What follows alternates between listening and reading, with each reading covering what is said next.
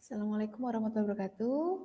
Pada slide yang selanjutnya ini, yang terakhir pada pertemuan ini, kita akan membahas terkait variabel penelitian. Nah, apa sih variabel itu? Nah, perbedaannya juga ada perbedaan antara konsep dan variabel penelitian. Variabel adalah konsep yang mempunyai variasi nilai atau mempunyai lebih dari satu nilai, keadaan, kategori, atau kondisi. Sedangkan konsep itu adalah pengertian atau definisi dari apa yang perlu diamati atau diteliti.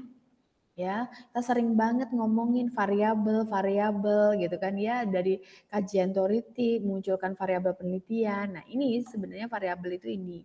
Nah, ini contohnya, ada konsep kepemimpinan, konsep prestasi, kemudian variabel ada tingkat pendidikan, berarti secara otomatis ada tinggi, sedang, dan rendah.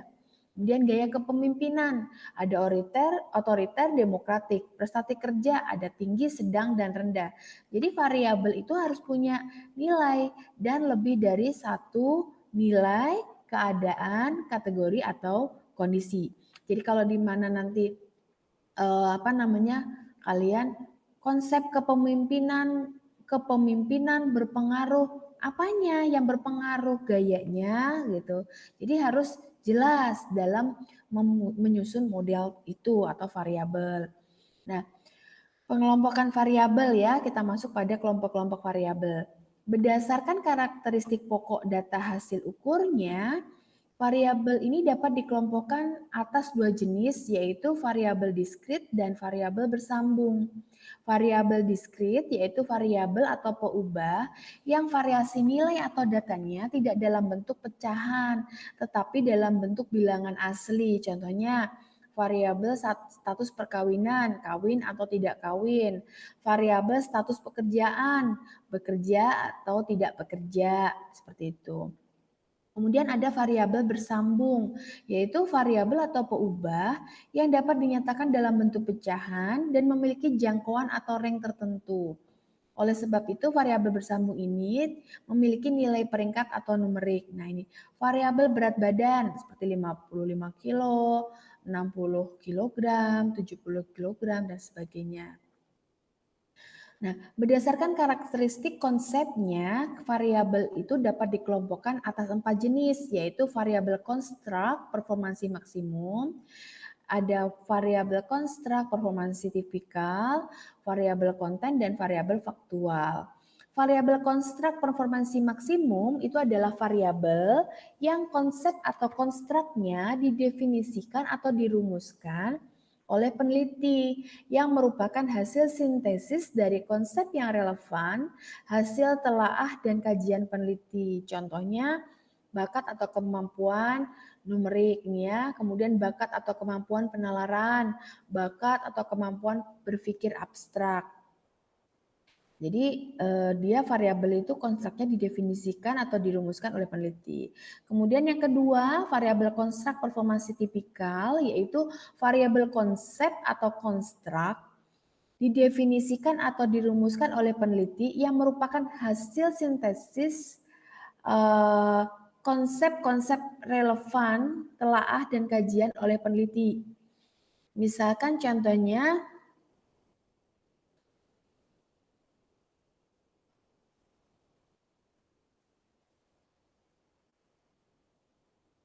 motivasi kerja, motivasi prestasi, dan kinerja, misalkan seperti itu. Ada variabel konten. Nah, ini variabel pengetahuan yang konsepnya merupakan konsep pengetahuan yang dilengkapi dengan konsep spesifik pengetahuan bidang ilmu tertentu. Contohnya pengetahuan manajemen, pengetahuan biologi, pengetahuan sejarah, dan sebagainya.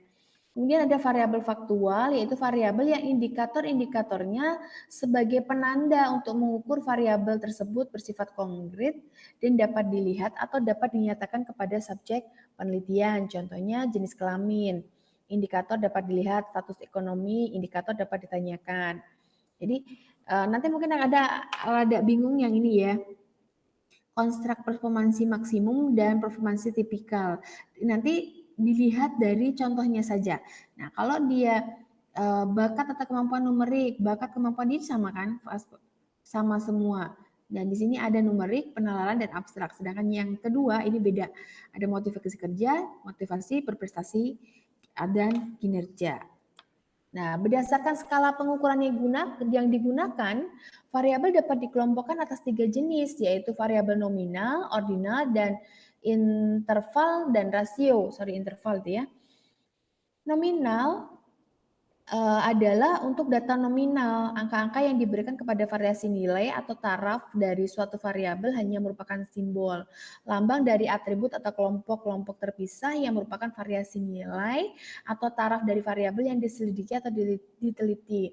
Misalnya jenis kelamin yang variasi nilainya ada 2, yaitu laki-laki dan perempuan. Laki-laki disimbolkan 1, perempuan disimbolkan 2. Kemudian ada variabel ordinal, yaitu untuk data ordinal, yaitu angka yang diberikan kepada variasi nilai atau taraf dari suatu variabel yang diselidiki atau simbol dari atribut atau kelompok yang terpisah dan berurutan.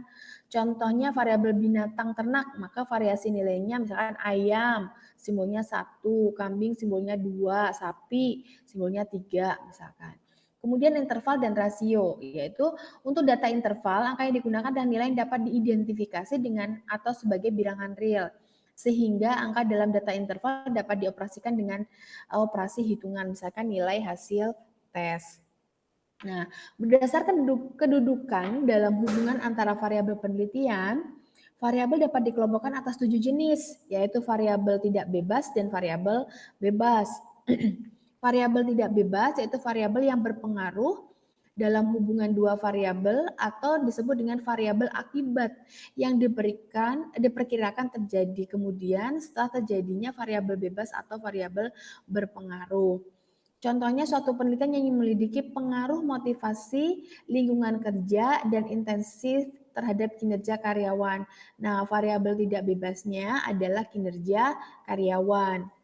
Nah, variabel bebas yaitu variabel yang diduga berpengaruh terhadap variabel tidak bebas dan pengaruhnya terhadap variabel tidak bebas tersebut harus diselidiki atau diuji. Contohnya, suatu penelitian yang menyelidiki pengaruh motivasi, lingkungan kerja, dan intensif terhadap kinerja karyawan, variabel bebasnya berarti adalah motivasi, lingkungan kerja, dan intensif. Nah, variabel tidak bebas itu biasanya Y, kalau variabel bebas itu X, seperti itu. Nah, berdasarkan kedudukan dan hubungan antar variabel, variabel dapat dikelompokkan atas 7. Ada variabel kontrol, variabel moderator, variabel intervening atau variabel antara, ada variabel antecedent, dan variabel penekanan dan variabel pengganggu. Nah, ini moderating di sini. Kompetensi akuntan independen berpengaruh terhadap audit. Nah, ini ada moderating. Jadi dia yang mempengaruhi di sini. Kemudian ini ada mediasi intervening, ya penghasilan berpengaruh terhadap gaya hidup dan gaya hidup berpengaruh terhadap harapan hidup. Nah, ini kalau modelnya seperti ini ada variabel intervening. Nah, kalau ini ada variabelnya ya, variabel independen, moderator, variabel kontrol, ada variabel intervening dan variabel dependent. Sebenarnya ini hanya model penyebabnya. Jadi ini ada penyebabnya, ada variabel independen, moderator, dan kontrol seperti itu. Nah, ini variabel tidak bebas ini Y, X ini variabel bebasnya, A ada variabel antecedent. Jadi apa yang mempengaruhi variabel X itu adalah variabel antecedent. Nah, ini contoh variabel pengganggu ya. Hipotesis jika minat terhadap tugas meningkat, maka kinerja mengerjakan tugas tersebut akan semakin meningkat. Variabel bebasnya adalah minat terhadap tugas, variabel tergantungnya adalah kinerja dalam mengerjakan tugas, dan variabel pengganggunya adalah proses belajar. Nah, misalkan ini juga layanan yang baik mempengaruhi kepuasan pelanggan. Nah, variabel bebasnya adalah layanan yang baik, variabel bergantungnya adalah kepuasan pelanggan, variabel pengganggunya adalah kualitas jasa atau produk, seperti itu. Nah, hubungan antar variabel ada hubungan simetris dan hubungan timbal balik. Hubungan simetris itu adalah apabila variabel yang satu tidak disebabkan atau dipengaruhi oleh variabel yang lainnya. Sedangkan hubungan timbal balik adalah hubungan di mana satu variabel dapat menjadi sebab dan juga akibat dari variabel lainnya. Kemudian ada juga hubungan asimetris, yaitu hubungan variabel yang satu mempengaruhi variabel yang lainnya. Jadi itu terkait variabel yang mungkin agak sedikit bingung, tapi nanti kita praktekkan saja di penelitian kuantitatif ya. Jadi kalian nanti bisa memahami ini termasuknya variabel apa dan mana yang digunakan seperti itu. Kalau kebanyakan sih menggunakan variabel ya yang tadi variabel bebas dan tidak bebas, kemudian variabel intervening yang biasa banyak dipakai seperti itu. Itu saja terkait variabel. Semoga Anda bisa memahami dari beberapa slide yang telah saya sajikan pada pertemuan ini. Kalau ada pertanyaan, Anda bisa meninggalkan pesan atau komen di bawah pertanyaan ini. Nanti akan coba Ibu jawab sebisa mungkin. Jadi nanti kita bisa berdiskusi juga seperti itu. Itu saja pertemuan kali ini saya tutup. Wassalamualaikum warahmatullahi wabarakatuh.